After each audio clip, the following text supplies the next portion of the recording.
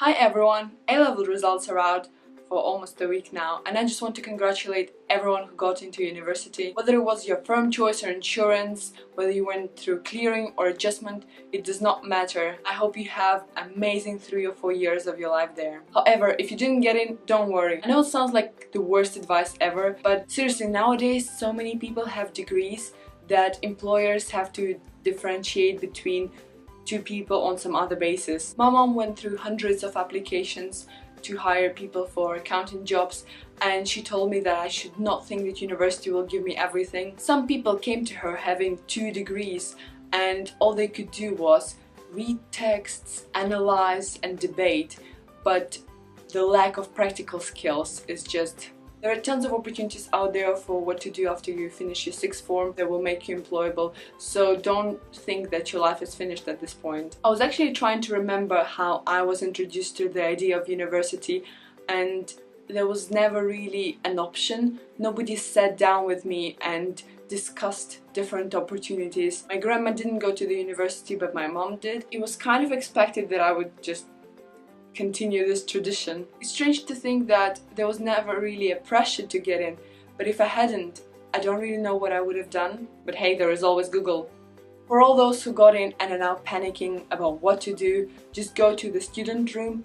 There are pages and pages of material and advice that you may or may not need. Remember, everyone's experience is different. Somebody may tell you that you need to bring a teddy bear because you'll miss home, or that you need to bring 4 sets of cutlery because you'll probably live in the end of the year with just one of them. So yeah, use your own head here. All the international representatives in all the Cambridge colleges were emailed by ICUSU, which stands for International Cambridge University Student Union. If you are an international student starting your first year in Cambridge this October, there are 2 groups on Facebook that you can join, here and here. And by the way, when you join groups for freshers, there are most likely to be students from upper years, so that there are actually people who can answer your questions. Also, if you don't have a Facebook, don't worry. Just look for your college website that should have emails of all the representatives on your committee. Email them with literally any questions because they are there to help you. I remember as soon as I knew that I was in, so like from August throughout the whole September, I was emailing international officers,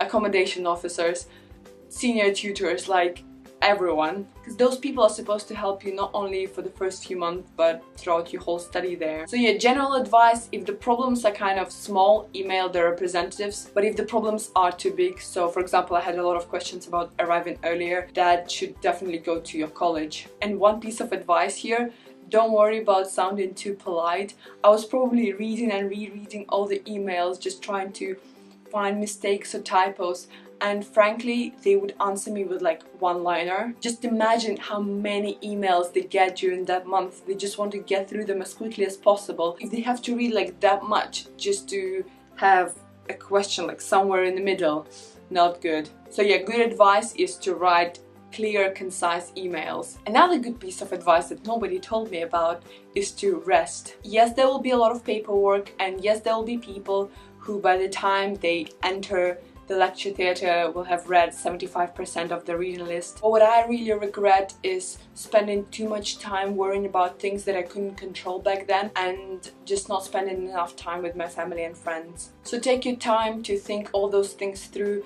There are thousands of checklists online that will tell you every single thing that you need to bring.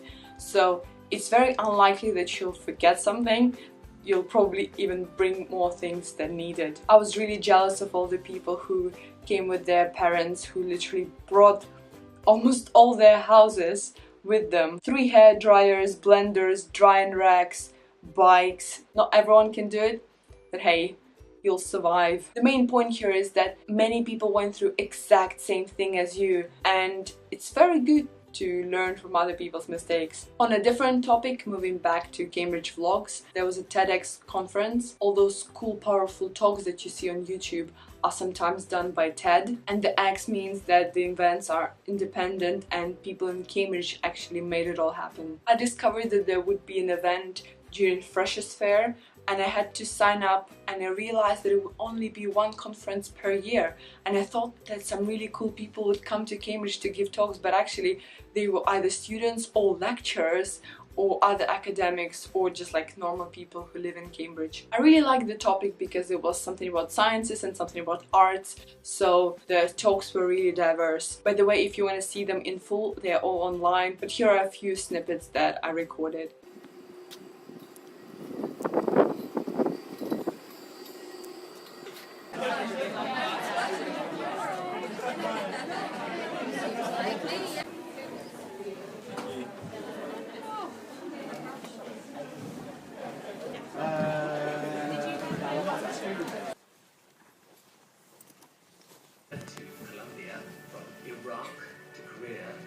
Slums, schools, of what I do. However, as a human being, it is at the heart of who I am. How to say purely cognitive association? That's very easy to change. Oh, Oslo is the capital of Norway, not Sweden. Gotcha. You make a shift. It's very easy. Because the larger fish take longer to grow, and there ain't that many left in the sea ocean. It seems home is where you're immune to the neurotoxin. Thank you. I'm sure some of us will have seen an old film or video where the soundtrack goes out of sync with the image, and the result is unwatchable.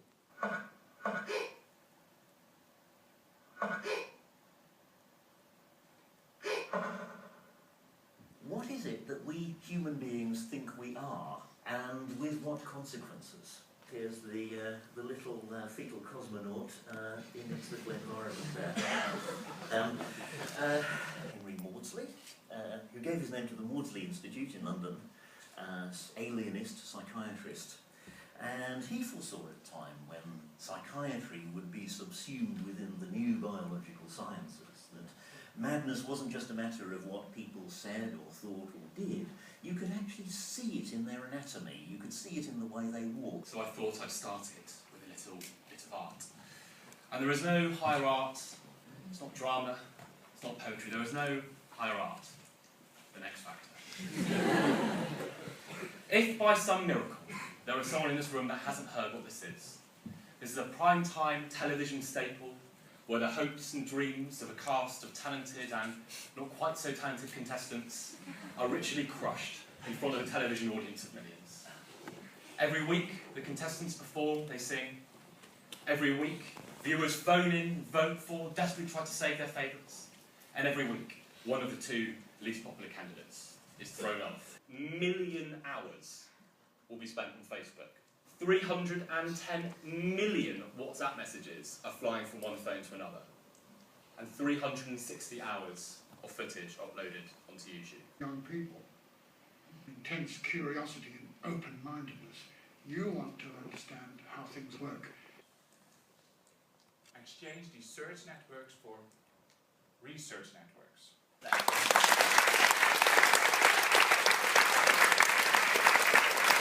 Thank you so much for watching. It's been really hot lately.